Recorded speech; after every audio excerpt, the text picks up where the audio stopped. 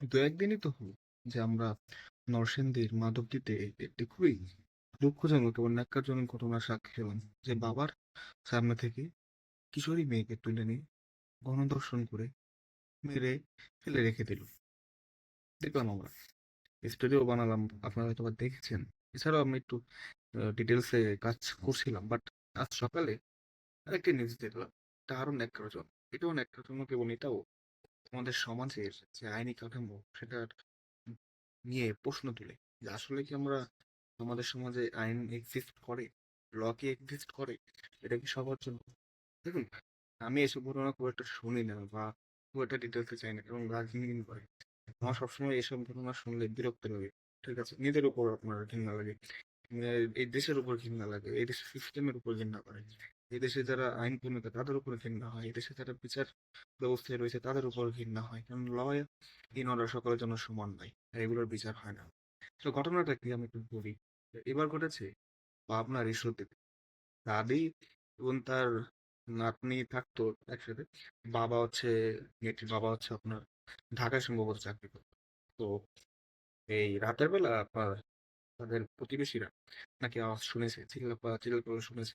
আর তারা এসে দেখে যে সবকিছুই আবার ঠান্ডা হয়ে গেছে, তো তারা নাকি চলে যায়। তো সকালে উঠে দেখে যে দাদি রক্তাক্ত মরদেহ পড়ে আছে। তখন সবাই নাতনিকে খোঁজে যে নাতনি কোথায় গেল। নাতনির নাম হচ্ছে জামিলা। জামিলাকে সর্ষে ক্ষেতের মধ্যে, আপনার সরিষা ক্ষেতের মধ্যে বিবস্ত্র অবস্থায় তারা পায়, অর্থাৎ তার সাথে কোনো ধর্ষণ হয়েছে, সে ধর্ষণের শিকার হয়েছে এবং তাকে মেরেও ফেলা হয়েছে। তো বিবস্ত্র অবস্থায় জামিলার লাশ পায়। জামিলার বয়স কত জানেন? 15 বছর। সেও কিন্তু কিশোরী। ব্যাক টু ব্যাক, এক সপ্তাহের মধ্যে, আমি 3-4 দিনের মধ্যে আমরা কিরকম নিউজ পাচ্ছি। এদেশে ভূমিকম্প হবে না, ভূমিকম্প কোথায় হবে? রমজান মাস চলছে না? রমজান মাস চলছে, কই মানুষের মধ্যে কোনো ভয় ডর নেই। রেপ কিন্তু হচ্ছে, টার্গেট কারা? কিশোরী মেয়েরা। ঘটনাটি বুঝছেন? তাদের কাছ থেকে তুলে নিয়ে বিবস্ত্র করে তাকে ধর্ষণ করে লাশ ওইভাবে রেখে দিয়ে গেছে। এটা কি পশু না? এদের বিচার করতে কতদিন লাগে? এদেরকে ধরবে পুলিশ? আদৌ ধরে কিনা জানি না, যদিও বা ধরে, যদিও বা সোশ্যাল মিডিয়ার পেশাতে ধরে, সেক্ষেত্রে বিচারের যে প্রসেসটা এটা না অনেক লম্বা, অনেক লম্বা। সামটাইমস আপনার ছাড়া আপনার ওই ভিকটিম হয় বা ভিকটিমের ফ্যামিলিকেই প্রেশারাইজ করা হয় এলাকার প্রভাবশালী তারা। আর যদি গ্রামগঞ্জ হয় তাহলে তো বুঝেনি ভাই, এলাকার যে মেম্বার, চেয়ারম্যান বা আপনার যে চেয়ারম্যান, তারা আপনাকে প্রেশারাইজ করবে।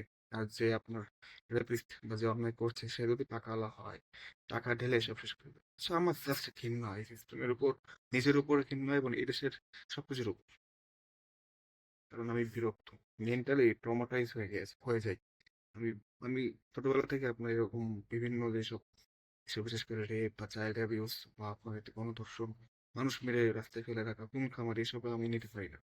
আমি একদমই নিতে পারি না। বিশেষ করে আমি যখন এই বর্তমানে কিশোরী বা বাচ্চা মেয়েদের দেখছি যে ধর্ষণের শিকার হতে, গণধর্ষণের শিকার হতে, এখন কি বলবো যে আমাদের যে ভূমিকম্প দিল গতকাল, দেখছেন আপনার 5.4 ভূমিকম্প। তো আমরা ওটাই ডিজার্ভ করি, হচ্ছে খারাপ কিছু ডিজার্ভ করি। আল্লাহর রহমত, আল্লাহ তাআলা অনেক দয়ালু। এর জন্য আমি আপনি এখনো এই জমিনে টিকে আছি। একটু আগেই আমাদের ধ্বংস হয়ে যাওয়ার কথা ছিল, এখন আমরা যা করছি, ঠিক আছে, আমরা অনুতপ্ত না। আমরা কিছু আমাদের আইনকে বৃদ্ধাঙ্গুলি দেখাই। অ্যান্ড আমাদের দেশে এক শ্রেণীর বিকৃত মস্তিষ্কের লোক রয়েছে যারা নিজের ফ্যামিলির মহিলাদের বাদে অন্য কোনো মহিলাদের সম্মান দেয় না। তাদের চোখে অন্য সব মেয়ে, মহিলা, এমনকি মার বয়সী লোকও ভোগপণ্যের স্বামী, এবং তারা সেই নজরেই দেখে। তাদের চোখে শুধু নিজেদের মা বোনদেরই ইজ্জত রয়েছে, বাইরের মা বোনদের ইজ্জত নেই। ঠিক আছে, এজন্য আমাদের সামাজিক কাঠামোই তাই। এখন বাংলাদেশে কিন্তু এটা খুব ভয়াবহ আকার ধারণ করছে, কারণ এই 3-4 দিনের মধ্যে আমরা দুটো ঘটনা শুনলাম। তো কি হয় বুঝতেছি না। আমাদের দেশের যারা আইন প্রণেতা বা নতুন যে সরকার এসেছে, অ্যাটলিস্ট আশা করবো যে তারেক রহমানের সরকার কিছু স্টেপ নিবে। আপনি যদি বিচার দেখাতে পারেন এবং বিচারের প্রসেসটা যদি লেনদেন হয় এবং ফেয়ার হয়, এবং আপনি যদি দোষীদের আপনি মানে কঠিন থেকে কঠিনতর শাস্তি দিতে পারেন, সেক্ষেত্রে একমাত্র এই যে অপরাধ, এই ধরনের অপরাধের প্রবণতা সমাজে কমবে। না হলে এটা কিন্তু আস্তে আস্তে আপনার মহামারী আকার ধারণ করবে। দেন কিন্তু 2-3 দিন আগে আপনার নরসিংদীর মাধবপীঠে হয়েছে এক কিশোরী মেয়ের সাথে। আপনার গতকাল বা তার আগের দিন হয়েছে আপনার পাবনার ঈশ্বরদীতে বাদ সকালে। এরপরে কে? আপনার আমার মা বোনদের সাথেই কিন্তু এগুলো হবে। ঠিক আছে? আপনার আমার বোনদের সাথে বা আপনার আমার ওয়াইফ বা আপনার আমার ক্লোজ কেউ কোনো আত্মীয়-স্বজন যারা নারী তাদের সাথে কিন্তু এগুলা হবে। কিন্তু এখনই আমরা সচেতন না হই। তো আ আমাদের কেয়ারফুল থাকতে হবে। আর সত্যি কথা বলতে যাদের বাসায় আপনার কিশোরী বা মেয়ে বা ফিমেল জেন্ডারের কেউ রয়েছে তাদের অবশ্যই সতর্ক থাকতে হবে এবং মেয়েদেরও বা মহিলাদেরও আমি বলব যে আপনারা যতটুকু সম্ভব আপনাদের সতর্কতা মেইনটেইন করে চলুন। কারণ আপনারা এমন একটি দেশে জন্মিয়েছেন যে দেশে ধর্ষণের বিচার হয় না। ঠিক আছে? পুরুষতান্ত্রিক সমাজ তো।